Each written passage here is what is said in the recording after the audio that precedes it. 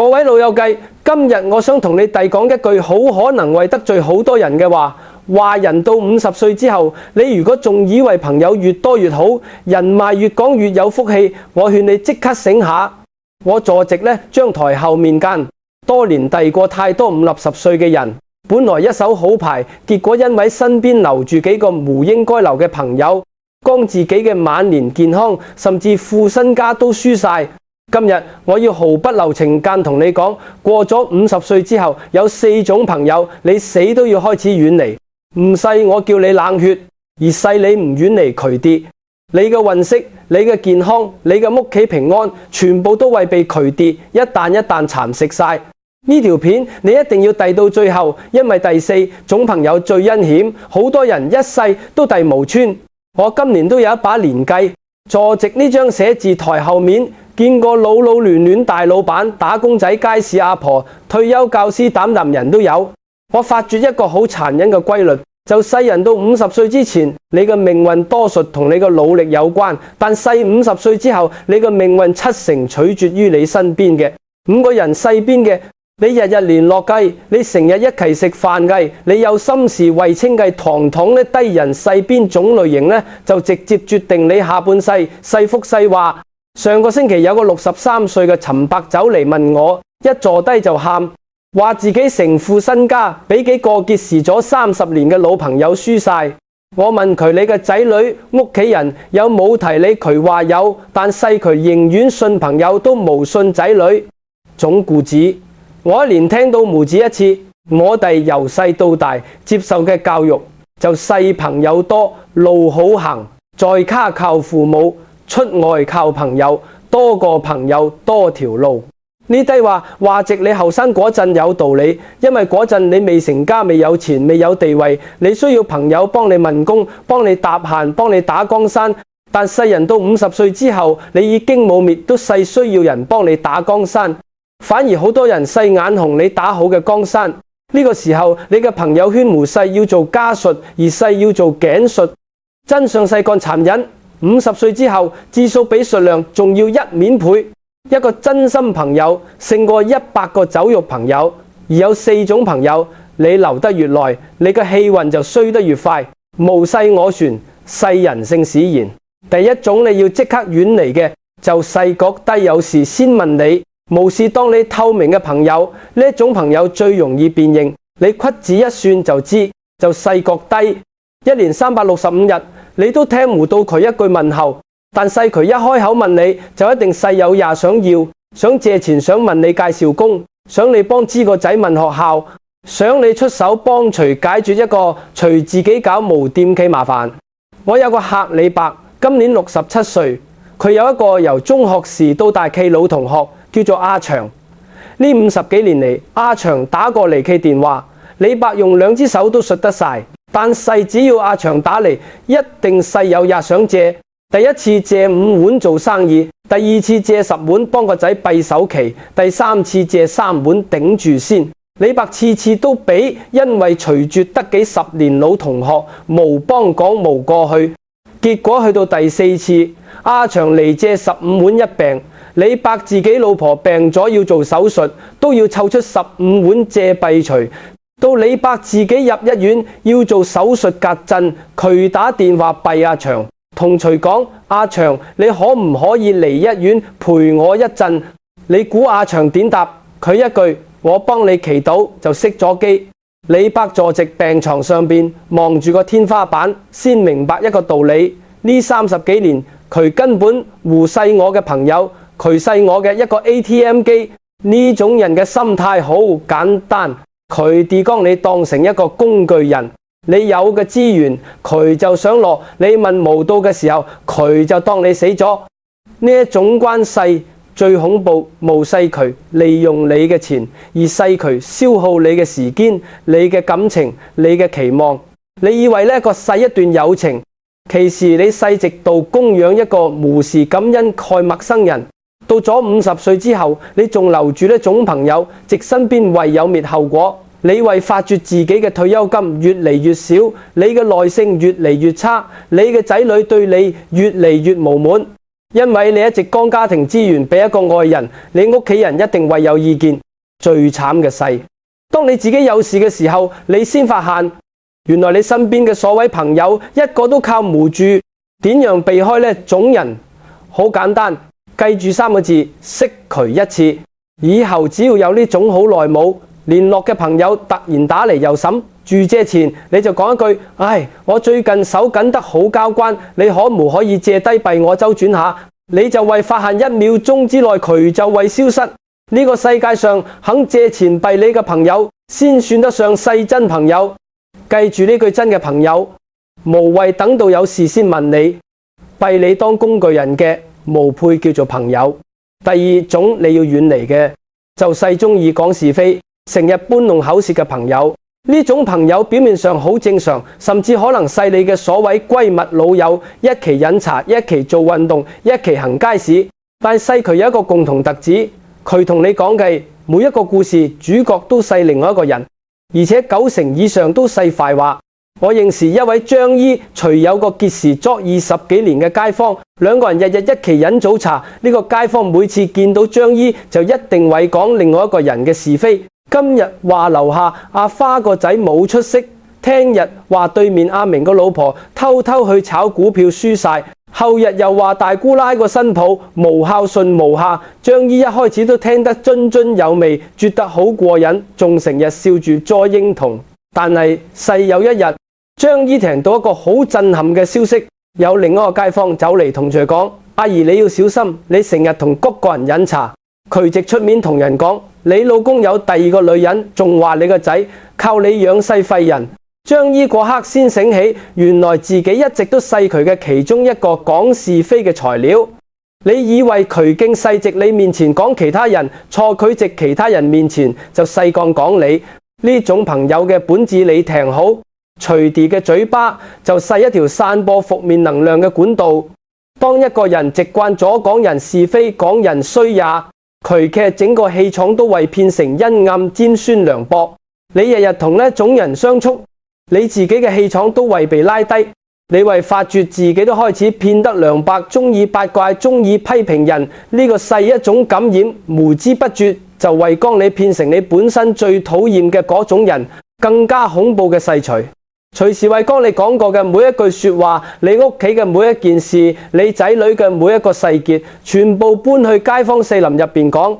你嘅仔女新抱如果係一個小心眼嘅人，佢日日俾人講背脊反嚟就為鬧你。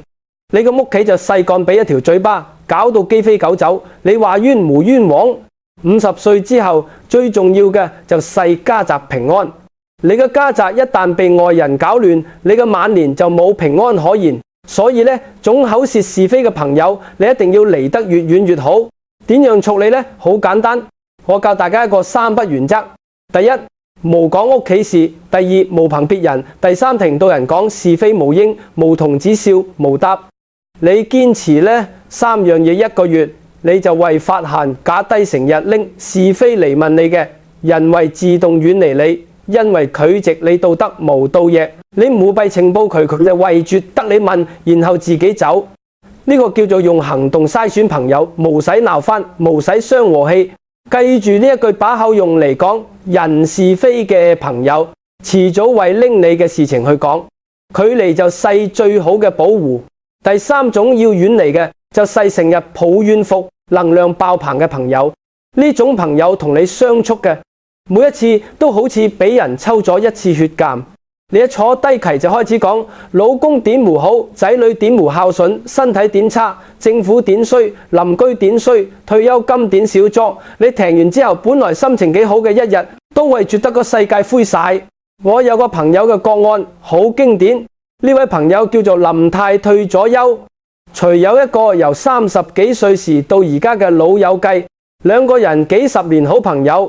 但係最近呢2年呢，個老友計嘅先生走咗，一個人生活。每次同林太食飯，除一坐低就開始喊，講自己有幾慘，有幾冇人理，有幾無想生存。林太一開始好有耐性，間安慰，同隨一齊哭，同隨一齊鬧仔女，同隨一齊怨社會。結果1年落嚟，林太自己都開始失眠。佢第一生覺得個世界好灰，一生同林太講，你嘅心理狀態同一個抑鬱症病人差唔多。林太先醒覺，原來一個負能量嘅朋友可以將一個健康嘅人拖落深淵。呢個唔細林太涼薄，呢個細一個心理學現象叫做情慾感染。人嘅情慾就好似傷風感冒嘅世衛傳染嘅，一個人日日俾負能量衝擊，除佢免疫力為下降，睡眠為偏差，血壓為上升，心臟都為出事。你可以留意下，好多退休長者中風、心臟病發、突然生大病，同契弟日日聽覆面講話有直接關係。50歲之後，你嘅心力、精力、身體全部都細，有限資源，你無可以再好似後生嗰陣間揮霍。你嘅每一分鐘、每一啖氣都應該用值可以令你開心、令你健康、令你進步嘅地方。當自己嘅耳仔、你嘅心浪費值一個永遠都無謂改變，永遠都要抱怨嘅人身上，細一種對自己嘅殘忍。點樣處理？我教大家一個3次原則。你可以聽佢抱怨3次。第一次你安慰佢，俾佢建議；第二次佢仲直到重複同一件事，你再溫柔降俾多次建議；第三次佢連改變嘅意願都冇，仲直到講同一低話呢。嗰時候你就要明白，佢無細想問解決方法，佢細要一個情緒垃圾桶。你無細佢嘅治療師，你冇責任做佢嘅垃圾桶。你可以慢慢咁緊少見面，慢慢咁淡出，無使鬧翻，只細將距離拉遠。真正需要專業幫助嘅朋友，你可以建議佢去問心理醫生或者社工呢個先細真正咁幫佢，而無細你一個人扛落嚟。記住呢句，真契朋友為拉你向上，負能量契朋友為拖你落地。用50歲之後嘅精力值得留俾真正嘅溫暖。而最後一種都係最陰險、最難分辨嘅一種，就細表面兄弟暗中比較嘅朋友。呢種朋友嘅可怕之處就細佢對你笑口常開，對你好似親兄弟親姊妹嘅，但細佢直心入邊其實一直暗暗講同你比較，治到你甚至希望你倒霉。我認識一位陳先生，60幾歲退咗休，佢有一個由中學時到而家嘅老同學，兩個人成日一起去釣魚，一起飲茶。呢個老同學表面上關心陳先生，成日問候。有一日，陳先生個仔升職做總監，隨好開心講同呢個老同學分享。表面上老同學拍手祝賀，話你個仔真係叻仔，恭喜你。但係細接落嚟嘅1個月呢，個老同學就開始對陳先生冷淡，成日話忙，成日推搪。過咗2個月，陳先生聽其他街坊講，原來呢個老同學藉其他場合話陳先生見到個仔升咗就發神經，周圍炫耀，做人真係無知醜。陳先生聽完個心都碎咗，50幾年嘅友情，原來值對方心入邊唔值得半個仙。呢種朋友嘅心態，我用一個名詞俾你聽，叫做同層次之道。人係一種好奇怪嘅動物。你去羨慕李嘉誠嘅財富，你無謂知道，因為隨同你無食同一個世界。但係一個由細時到大同你差唔多起跑線嘅老朋友，一旦隨過得比你好，你心入邊就會生出一種強烈嘅失衡感。呢個係人性最幽暗、最真實嘅一部分。而呢一部分，你越老就越明顯，因為50歲之後，人生嘅結果已經開始定型。你嘅仔女細滅人。你嘅退休金有幾多？你嘅屋幾大？你嘅健康幾好？和好呢低都已經一目了然。呢個時候同 B 之間嘅比較就為騙得急之殘忍。呢種朋友對你嘅傷害可能比前邊3種加埋都更加大，因為佢會令你根本心無都要防。李惠光真心話講，閉隨聽講屋企事情，話閉隨知講病痛，講閉隨聽歌處結果，一邊聽一邊直，心入面暗爽。到你有一日發現真相嘅時候，你會突然覺得過去幾10年嘅友情全部細假期，你嘅心靈會受到急大期打擊。好多老人家就係因為呢總發現突然抑鬱、突然生病，甚至健康急劇轉差。點樣分辨呢種朋友？好簡單，你留意2件事。第一，當你有喜事嘅時候，佢係咪真心講為你開心，定係表面笑之後就對你冷淡？第二，當你有男嘅時候，渠勢咪真心幹擔心你，定勢暗爽，甚至藉其他人面前落井下石。